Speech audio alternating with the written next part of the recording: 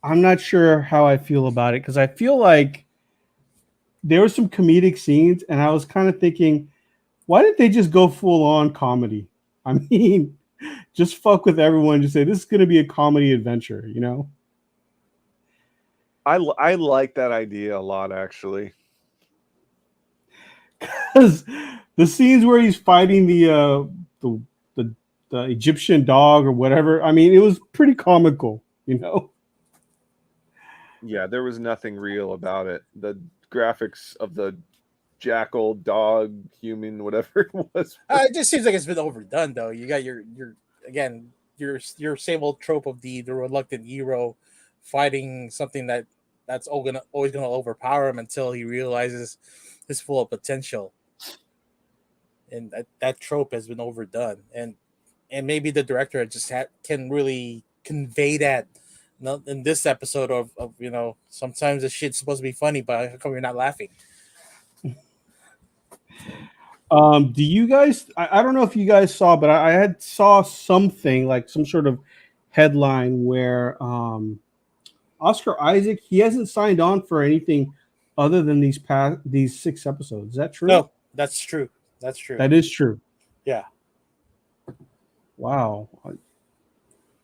So maybe no one in Marvel knows what's the future is with the MCU. That's all up to Kevin Feige. Because how everybody's going to be integrated into the main MCU timeline, that's still being brainstormed. Because Totally. how many heroes do you have in the MCU? You had hundreds, even thousands, and different variants of each one too. Yeah. I mean, that's why, like, I think at some point they've got to make all the powerful heroes. It's got to be all outer world stuff, and then all the street level guys just stay in honor. Well, that's why they broke them up into different teams and different alliances, right? Just to tell a little story of whatever happening in their region. Because you'll never see Spider-Man in the West Coast unless there's a bigger deal going on Earth. You're always going to see him in New York. Yeah, yeah. How come they don't have a West Coast character right now in any sort of the movies? I guess Iron Man. It's like it seriously. Like, is nobody else existing outside of New York? Yeah, exactly. Like, come on. Well, like, I get it. I know. We know. Cool, but... Tony Stark's in Malibu. You can even say Rhodey Rhodes is there too, but he kind of doubles back to upstate New York and DC. Wakanda is outside of New York. Then what's Madripoor? Madripoor, yeah, that's Southeast. Madripoor is supposed to be Southeast Asia, right? Singapore. It's supposed to be the Singapore copy. Oh, okay. Yeah. But also X-Men are part of upstate New York as well. Yeah. And the Baxter Tower. Baxter Building. Yeah, all New York. I mean, they got to change that up. I think they will eventually. Well, we do have a West Coast Avengers team. And then the first person of it, or at least someone related to it, is Moon Knight. He later joins the team. Moon Knight was part of West Coast Avengers? Mm-hmm. Yep. Oh. All right. Well, what do you guys give it as far as a comic book grading scale? For last night's episode, I would say I'd give it a 9.0. 9.0. That's it was solid. It was a solid episode. That, again, some of the just didn't really. I couldn't find funny. Or just flat for you? Yeah, it's kind of flat, but plus being the same old tropes that they're using, it's recycled, but yeah, it was still entertaining. Gotcha. What about yourself, Luke? I think it's a little better than. I'm going to give it an 8.0. It is better than in the first one, but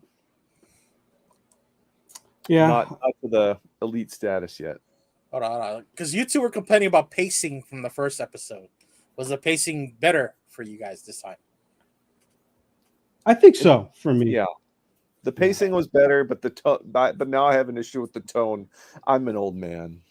Oh, yeah, it is very like flip flopping, you know. Like, do we look for action, adventure, and a little bit of violence, or are we looking for comedic action? I wouldn't mind it being here's what I think they could have done it. They could have done it like a comedic thing. Um, like I'm gonna give it a 9. I'm gonna give it a 9. It could go lower to me, but just kind of thinking about the scenes that I saw where I actually did kind of laugh and say, "Oh, that's kind of funny," you know. I actually like the storage chase scene for some reason. I thought that was kind of cool. Yeah. Any other horror movie, you'd be pissing your pants, but with Moon Knight, it's comedy. It's comedy gold, right? Okay. Yeah. But I mean, pacing was better. We got to see more of Mark Spector, which I like, but at the same time, Steven, he's a little funny. You know, when he got the Moon Knight suit, it was kind of funny that he didn't know what he was doing and he was getting thrashed. I thought for sure they were going to kill off the wife, though. Like, how is she able to handle those hits from that monster dog thing? You know, like. Oh, we're not talking Zool here. It's still kind of superhuman, but yet it's still invisible Because it powered down. She took a hit and then she directly hit the brick wall, bounced a few feet, and just got up. And I'm like, how the hell did she survive that? Like, she should have died right there. Should have. We'll find out more, but she does have superpowers. Maybe she is a meta-human. Well, that was the whole thing. They were saying Conchu is pretty much saying that he wants her to be the next vessel. So, oh yeah, I forgot about that. Yeah, you're right. I mean, who knows if that's going to ever happen? But 2 episodes in, 4 left. You figure something's going to happen just to either keep everybody on the hook or leave us hanging at the end. Yeah, expecting Moon Knight to show up in the main MCU storyline. Yeah. All right, let's move on to something a little more non-comic related. What? Aggressive says I could beat up 2, maybe 3 of those jackals myself for sure. Yeah, I agree.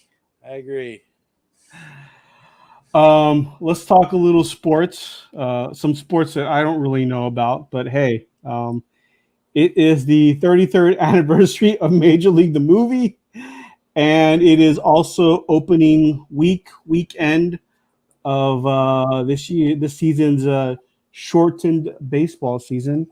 So we wanted to give our top. I guess let's warm them up with the trailer of Major League trailer. All right, let's play the Major League trailer. Let's warm them up. That way they can feel the love for baseball. There we go.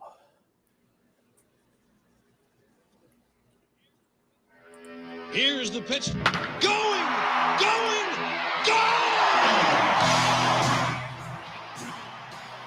Oh no, not the damn song again. Look out in the cheap seats. The funniest team in baseball is back for their best season ever. All the way! Ricky Wild Thing Vaughn. What was that last pitch you threw me? Oh, call it the Eliminator. Shane Taylor. There's a rookie in camp I'm going to need your help with. What exactly is his problem? Roger Dorn. Come on, Roger. Take one for the team. Willie Mays Hayes. Oh, this is the... And he's out by an eyelash at third. Boy, we never seem to get the close ones. Pedro Serrano. Serrano killed baseball. And making their debuts this season, Jack Parkman, Kamikaze Tanaka, Rube Baker. I bet you're wondering why they call me Rube. No, I got a pretty good idea how that happened. And back in the booth, team announcer Harry Doyle. The Indians are showing signs of life for the first time in weeks. They appear to be beating the crap out of each other. Major League 2. It's a swing and a hit. Oh, this is a sequel, not the. Yeah, that's a sequel. Yeah, the other ones were pretty crappy versions of it. So we'll go with that one. I thought I didn't know that Charlie Sheen was in both of them. Well, the only one that wasn't in both of them was Wesley Snipes. Okay. I guess he was filming Passenger 57 at that time. Oh, okay. Yeah. But yeah, so that's one of the original was one of the greatest baseball movies of all time. I would say. Right. Well, in celebration of opening weekend, we wanted to do our top baseball movies. Red, since this was your topic you wanted to cover, so why don't you start it off? Yeah, let's. I'll give you guys a list of top 25, and let's out of the top 25, just pick out your top 3 out of those, and maybe we'll come to consignment with some of them. I mean, it's a pretty cut and dry list, and for me, my top 3 baseball movies that I tend to watch, it'd be number 1, Major League. 2 would be The Sandlot, and 3 would be A League of Their Own, because I actually like that one. I like the whole Madonna had a soundtrack to it, and Take a Bow, is that the one? Take a Bow, or this used to be my playground. Yeah, that one, and the Sandlot was really nostalgic for all of us, since we were at the age of no internet, so we were always playing outside. So we were playing catch, we were playing the dirt lots. So whether it be baseball, kickball, whatever, it's something had to do with the diamond, and something to do with the ball. Yeah. Speaking of Madonna, because I was just thinking that was probably for me, that was her peak attractiveness, and the way she's looking now. Oh Lord, I don't know what she's thinking. 60. Oh, She's have 60. you seen her? Have you seen her TikToks lately? They are downright frightening. Wow, Madge, why? She's trying to be as hip as her daughter. Dude, I mean, on her face, and it's like no, it's crazy what her face has been looking like these melted. days. It looks like it's melted. It's too much. What do you call it? Botox. Yeah, Botox and facelift and whatever. Gap in her teeth, right? Man, I don't even know. I can't even look at her that long to even notice if she's got a gap in her teeth. Yeah, no. I mean, what other? Okay, aside from the baseball movies, name one other Madonna movie that you least enjoyed. Who's that girl? Pretty, what's that one? Who's that girl? Right? Yeah. Who's that girl? Yes. So you're not even gonna count Evita or Dick Tracy, right? I think Dick Tracy and League of Their Own are right around the same time frame, right? Or no? That's when, at her height of her popularity. I think just right after the True Blue album, Truth or Dare movie, or whatever. Was it the Truth or Dare movie? It's within that early '90s kind of deal where she was really big. She's really huge. Yeah, but she was dating Dennis Rodman. Yeah. Miss So says, I follow her IG page. The plastic surgery has gone spooky. Her face looks constantly swollen. Yeah, I mean, she's gotta let nature take its course. Gotta let nature take its course. She still has to perform, so she still needs to have that look. I mean, you don't gotta dance like that anymore. You can we just care about your vocals now at this point. Let your dancers do all the work, right? Oh, 63 years old. Look at Cher. Cher looks good for her age. She still dances. Yeah, but Cher probably naturally pretty, or naturally good genes. Good call, aggressive. Good call. Desperately Seeking Susan is a pretty good movie too. Which one? I've heard the movie, but which one is that? Desperately Seeking Susan. You got the IMDb that one I'm because gonna look. it kind of overlaps with Who's That Girl.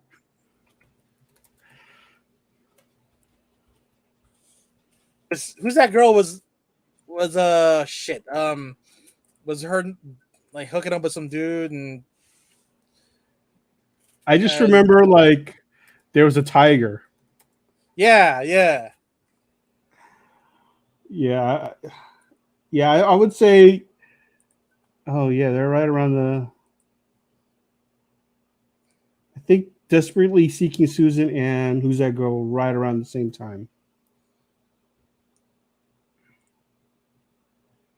Interesting. But yeah, I gotta. Oh, Tina. Oh yeah, Tina Turner can dance. She can still dance for sure.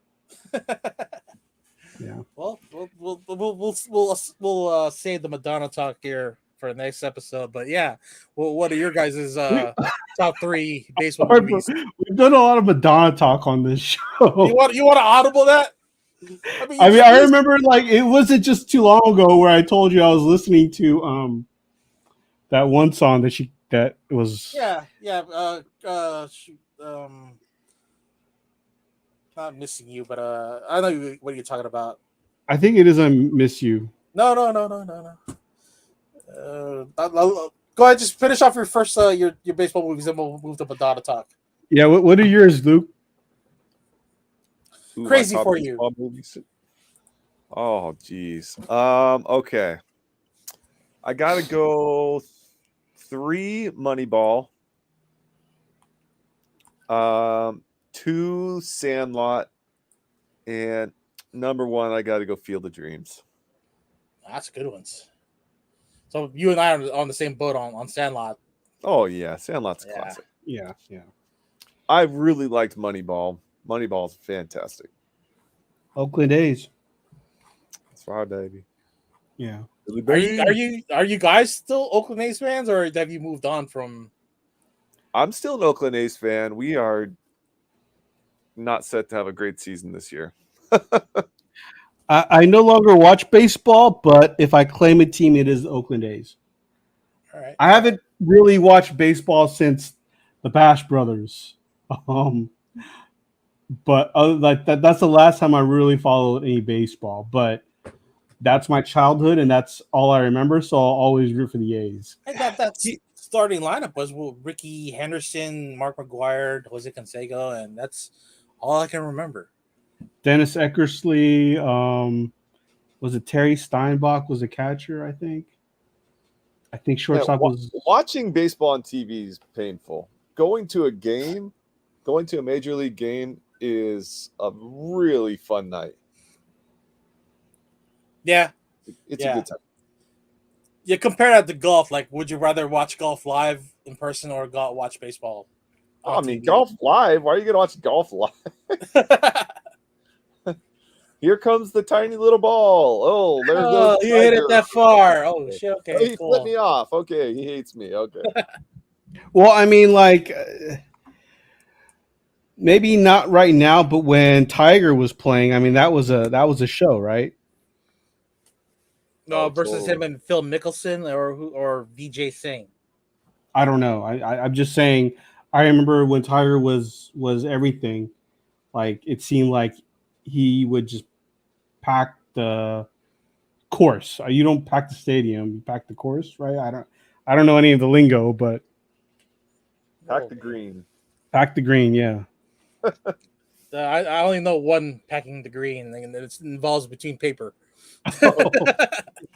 There's that one too. Yeah. All right, what's your top 3? Well, then we could move to the Madonna talk if you call it audible. I'm gonna say Sandlot would be my number 1. All right. Probably after that, I can't really think of much because I don't really watch any other baseball. But I remember watching Major League as a kid, and I loved it. So I'm going to throw that out. All right. And I'm going to say my third one is basketball. If you guys remember basketball. Basketball counts. Basketball counts. Basketball does count. Yeah, I mean, the only reason why I'm saying basketball is I remember in college that was like a movie that was constantly playing. Yeah, I couldn't picture you being a South Park fan, nor be a Trey and the other guy's name. I wasn't. I'm not. Parker But it was always on. My friends always watched it, and I was like, all right, yeah. I mean, I don't think I've ever seen the movie from beginning to end, but I have seen the movie. Okay, so you got at least to the part where they show the what's her face's tits in the spa scene, right? I probably, yeah. I just All don't right. remember. Yeah, I forgot the model's name. yeah. But yeah, I mean, I just remember my friends would always play basketball on TV. I'm like, all right, yeah. There's some funny scenes, you know. Wait, back in those days, I don't think. Well, we had what the beginning of DVD. Yeah, So that was DVD era. that was your DVD era. Okay. All right. Yeah, yeah. Because I don't think that was playing uncut on cable TV. No, it was definitely like rented at Blockbuster, then bought. I'm pretty sure, or maybe just forgotten to return, Okay. something like that. But yeah, I would say those are my top 3 baseball movies. All right. Oh shit. Well, go A's, go Giants, and yeah, that's your baseball topic right there. Well, I mean, like, are there any other notable movies? I was also thinking about Mr. Destiny, but I don't know if you guys have seen that one. If that counts. Jim Belushi, he was like he basically hates his life. It's kind of like one of those he hates his life, and he thinks back on how he struck out in high school playing baseball, and he says, if I would have just made that home run, my life would have changed. And it's kind of like one of those It's a Wonderful Life type of movies. Yeah, but was it baseball centric or was it centered around just Jim Belushi, the character? I think it was more centered around. I guess it doesn't really count then. Never mind. It's just a baseball theme movie, not baseball movie. That's correct. Yeah. Okay, Yeah. all right. Anyways, back to Madonna. Crazy for You was the song you're looking for. Yeah, Crazy for You. Yeah, Um, Crazy for You. You know what? Speaking of League of Their Own, I mean, how come they never? Well, there was always talk of a TV show, and I think maybe at one point a sequel, but it never came around. Like, because that was a huge hit. I wonder why they never capitalized on that movie. I could have sworn there was already a sequel. No, Was it Penny Marshall that directed it? Penny Marshall directed it, starring Lori Petty, Gina Davis. Like when she was, she was that thing. Super hot redhead after Yeah. Beetlejuice. After,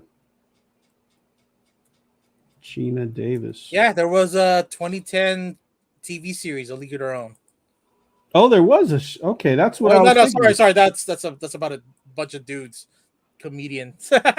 Oh. Let's see. There's another one here. Sitcom adaptation, the same name. Yeah, that's the one. 1993. Only 6 episodes. Oh, so they tried it. It just didn't work out, huh? Yep. They couldn't get that same magic they did with the movie. Yeah. All right. Well, any books you guys picked up this week? No. So many. Anything? I know with Luke you got 14 long boxes, but anything? Were you able to dig through anything of note? This is actually, I think this is a pretty undervalued key right now. Destroyer Duck #1. All right, you gotta tell me about this. It's Talk to first appearance of Gru. GROO? Gru? Gru? Yeah, Gru. The one by Saul Aragonés? Yeah, so you could still get this for under $100. And Yeah, I think he's huge at WonderCon. He's always there. Yeah. So I'd be picking these up if you see them under $100. I'd grab them. Yeah, that's a good spec book. But who's gonna pick up Gru as a show? Like, would it be Prime, Amazon, or Hulu? I don't know. I mean, that would have to be animated, right? Yeah, it would be. Yeah. What did Miss Madonna talk? Hey, I loved her back then. Dyed my hair blonde like hers back in high school. Well, was it a short bob with the curlies, or what was the other way that she did it? It's got to be, right? That was the only way. Yeah, she that's did the it. true blue one, the true blue style. Yeah, that one that was like that's the true Madonna look right there. Did anybody read the new Rocketeer book that came out yesterday? I saw a lot of shops had that book. I did not read it. I was not a fan of Rocketeer myself. Blue Helion. If you read it, please let us know if you recommend it. But I did not read it. Either of you guys pick it up? I didn't see that at my store. No. What about what did you pick up then, Red, if anything? I got the 616 John Jang variant of Something's Killing the Children, issue 20? 21. Oh, nice. Yeah, that came in the mail. Want to show it to us? If I can get it from being blurry, but hold on a minute. If I can, it's Yeah, it's I can. too blurry. Yeah, but you can see the teeth right here. Yeah. So, no, John never disappoints. No, he does not. No. And then I picked up some older Walking Dead, like pre-90s books, Pre-90s books? like under 90, issue 90. Oh, under. I was like, wait a minute. Okay. Yeah. Now, as a big Walking Dead person, are you going to maybe go back and read the colored version? No, it's still the same art. Yeah. Just colored. It's like going back and watching the colored version of the Three Stooges. I was like, I already got the gist of the show. Like, I don't need to watch the rerun, even though it's remastered. Right.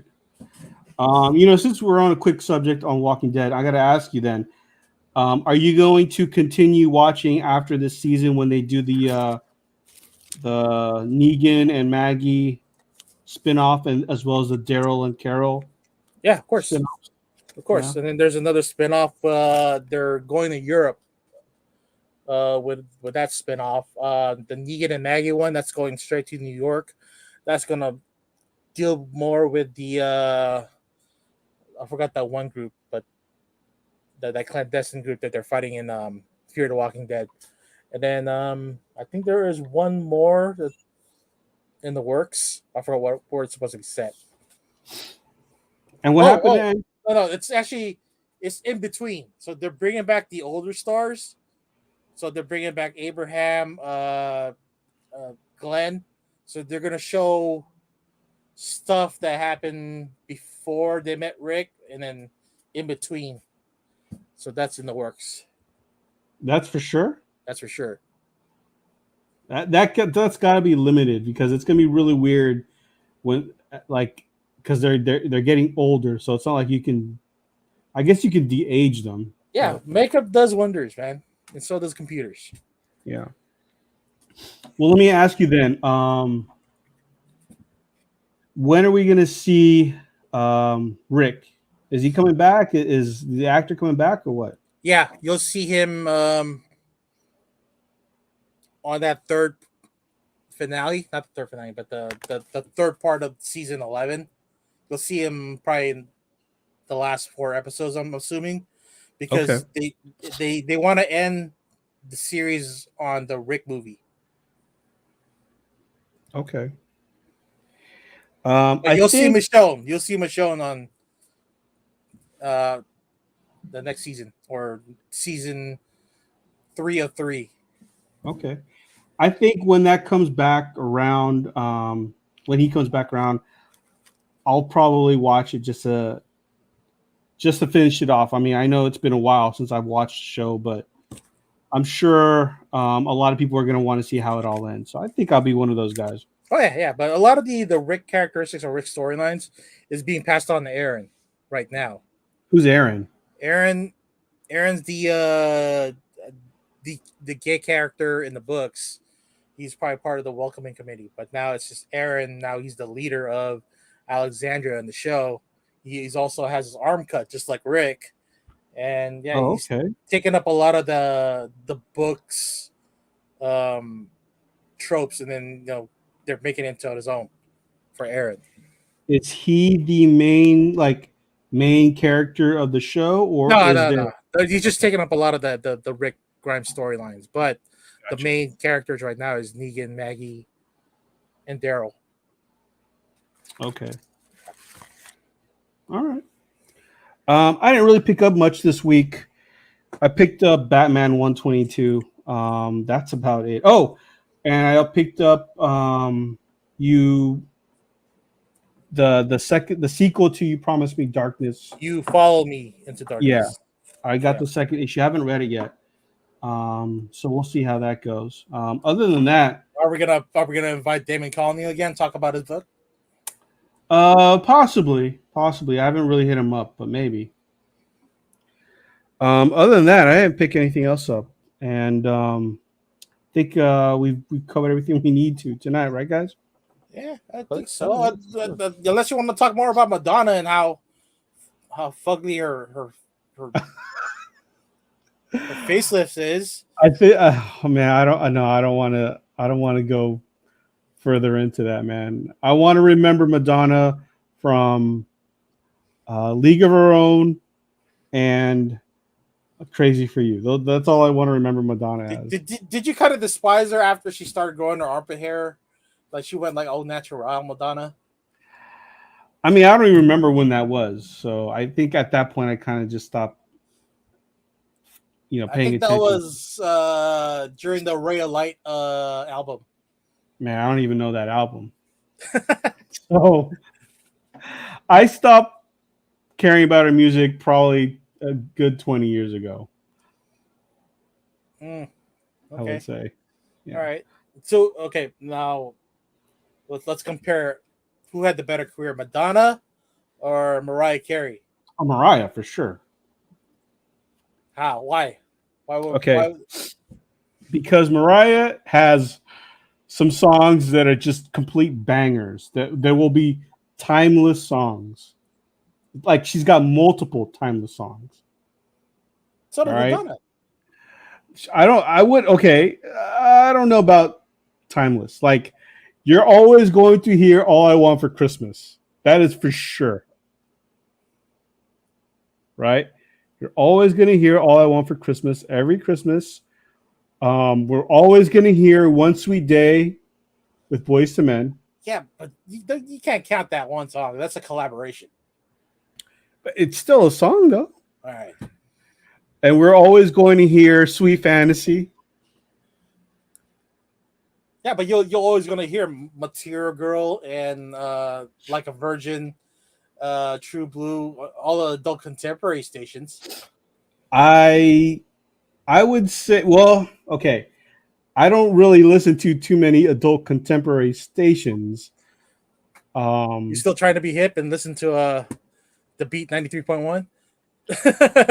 No, the K-Day. K-Day still plays the classics. So, all right. K-Day. Yeah. And K-Rock in the morning. I mean, Okay. I think I'm probably one of the only people that actually listens to radio in the morning. But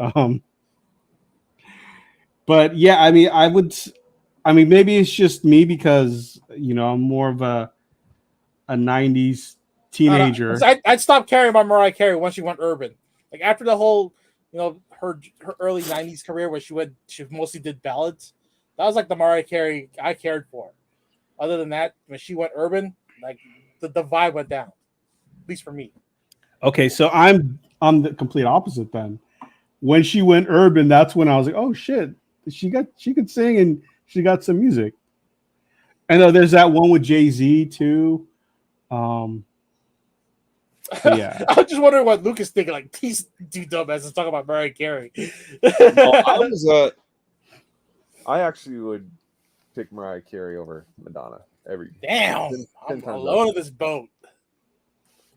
I had a massive crush on Mariah Carey in high school. She was like my celebrity crush.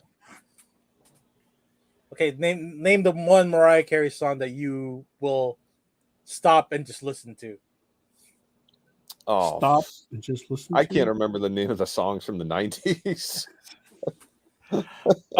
Probably One Sweet Day. Mine's gonna be Love Takes Time. Oh, that's not a deep cut, but it's definitely one that The very first albums. yeah, I don't know if very most first people album. would go that route. Tell you, man, I've loved her as a balladeer, not urban. That's the style that with me. All right, let me look at Mariah Carey songs right now. Because there's Butterfly, and then that one song they played on Rush Hour. Dude, Always Be My Baby, We Belong Together, I hate that song. Fantasy. That's the song. Yeah, I like that. You don't like that one? Okay, and then I think I'm also hate the one she did with Old Dirty Bastard because that's so played out. That's Fantasy. That one's Fantasy. Yeah. Okay.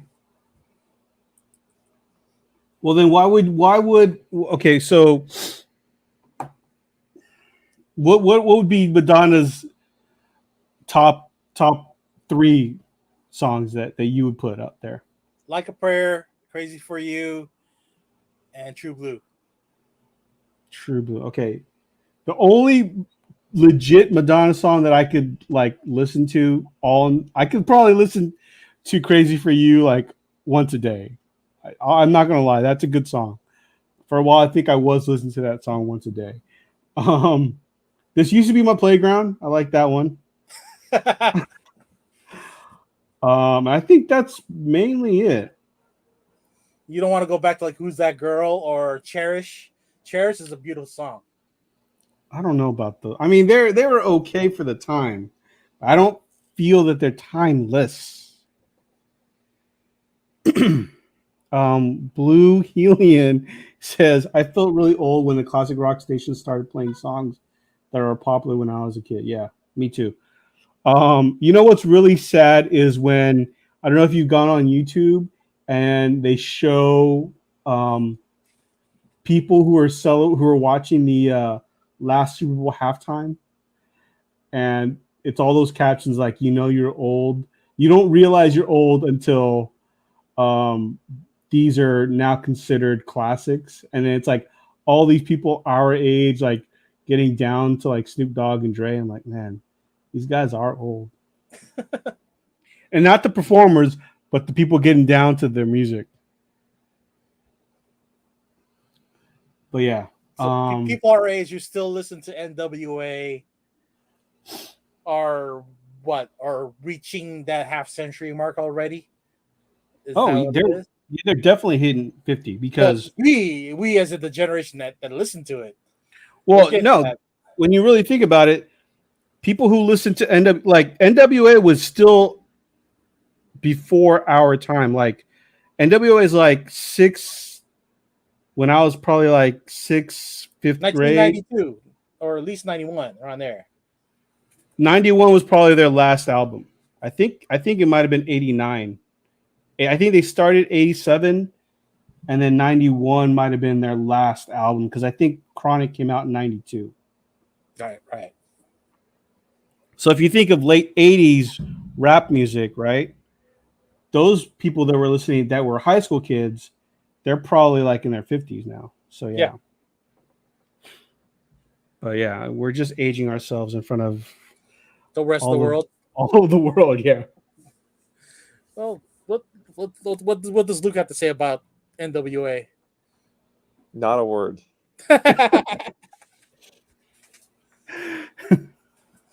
Okay, well, so I listen to mostly new music these days. Tired of older music since I listened. Well, yeah, I could see that. All right, I think we've covered everything we wanted to cover tonight. Red, what is the hotline, please? 209-975-7597. All right. Thanks again for coming on, guys, and we will see you all next week. Peace out. Thanks again for listening to another episode of the Sealess Villains Podcast, your cultivators of the comic culture. Make sure you follow us on Facebook and email us at sealessvillains@gmail.com. You can also leave us a voicemail or text us at 209-975-7597. Be sure to join Luke Week's Facebook group, Rare Keys and First Appearance Comics. And you can follow us on our 2 Instagram accounts, Sealess Villains and Sealess Villains Podcast. Lastly, follow the villains on their separate IG accounts, at Luke Weeks, at C-List Villainous Red, at C-List E-Man, and I am at AJ the Comic Collector. Thanks for listening, and we'll see you all next episode.